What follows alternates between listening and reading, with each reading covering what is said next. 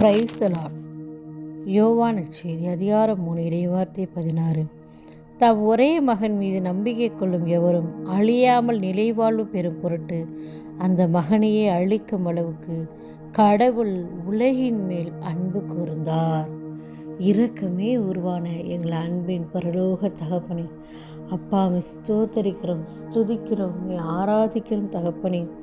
விண்ணரசு நிலைத்துள் மறைந்துள்ள புதையலுக்கு ஒப்பாகும் என்ற இயேசுவை ஆராதிக்கிறோம். கடவுளுக்குரியதை கடவுளுக்கு செலுத்துங்கள் என்ற இயேசுவை ஆராதிக்கிறோம்.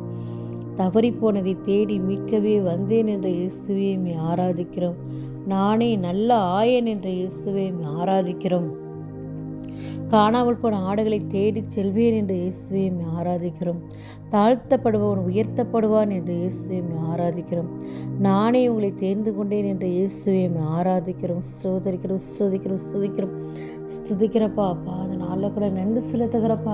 காலை முதல் இரவு பொழுது எங்களை பாதுகாத்தீர் ஆண்டவரே. எங்கள் போக்கை வரத்தை பாதுகாத்து எங்களை ஆசீர்வதித்தீரப்பா.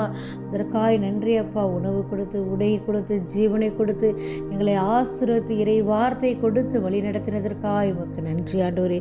இன்று கொடுத்த வார்த்தைக்காக கூட உமக்கு நன்றி அப்பா. தாம் ஒரே மகன் மீது நம்பிக்கை கொள்ளும் எவரும் அழியாமல் நிலை வாழ்வு பெறும் பொருட்டு அந்த மகனையே அழிக்கும் அளவுக்கு கடவுள் உலகின் மீது அன்பு கூர்ந்தார். எவ்வளவு அற்புதமான வார்த்தை ஆண்டவர் கொடுத்திருக்கிறாரு. நம்ம மேல எவ்வளவு அன்பு இருந்திருந்தா தாம் ஒரே மகனாகிய இயேசு கிறிஸ்துவை இந்த உலகத்துல கொடுத்திருப்பார். அப்ப அவருடைய திருவுளத்தை நிறைவேற்றதான் நம்ம இந்த உலகத்துல நம்ம படைச்சிருக்காரு. நம்ம விண்ணகத்துல எப்படி நடக்குதோ, விண்ணகத்துல எப்படி சமாதானம் அமைதி நடக்குதோ, அங்க ஆண்டவரை துதித்து போற்றி புகழ்ந்துட்டு இருக்காங்களோ, அதே போல இந்த மண்ணகத்துல இருக்கிற மக்களை எல்லாரும் ஒன்று கூடி நாம் ஆண்டவரை துதித்து போற்றி விண்ணுலகத்தில் நடக்கிறது போல மண்ணுலகத்தையும் மாற்ற நம்ம இந்த உலகத்தில் ஆண்டவர் படைச்சிருக்காரு. அப்போ நம்ம அவருடைய திருவுளத்தை நிறைவேற்றிதான் இந்த உலகத்தில் நம்மளை படைச்சிருக்காரு.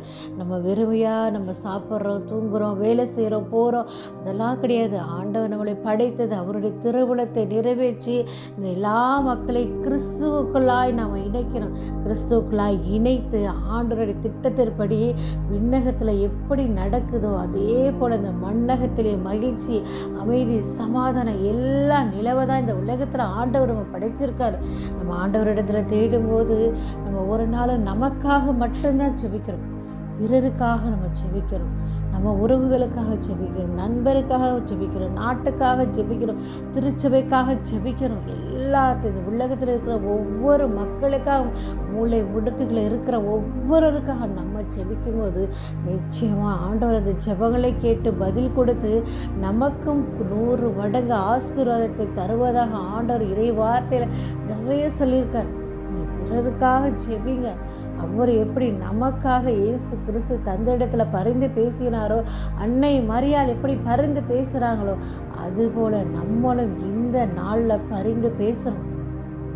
மற்றவங்களுக்காக நம்ம ஜெபிக்கும் போது கிறிஸ்து வழியாய் நமக்கு விண்ணக வீடு இந்த நாளில் கிடைக்கின்ற நம்பிக்கையோடு கூட நம்ம ஜெபிக்கிறோம். ஜெபம் கேட்டு பதில் தருகிற தேவன் தம் ஒரே மகனை நமக்காக இந்த உலகத்துக்கு பலியாக கொடுத்தார்.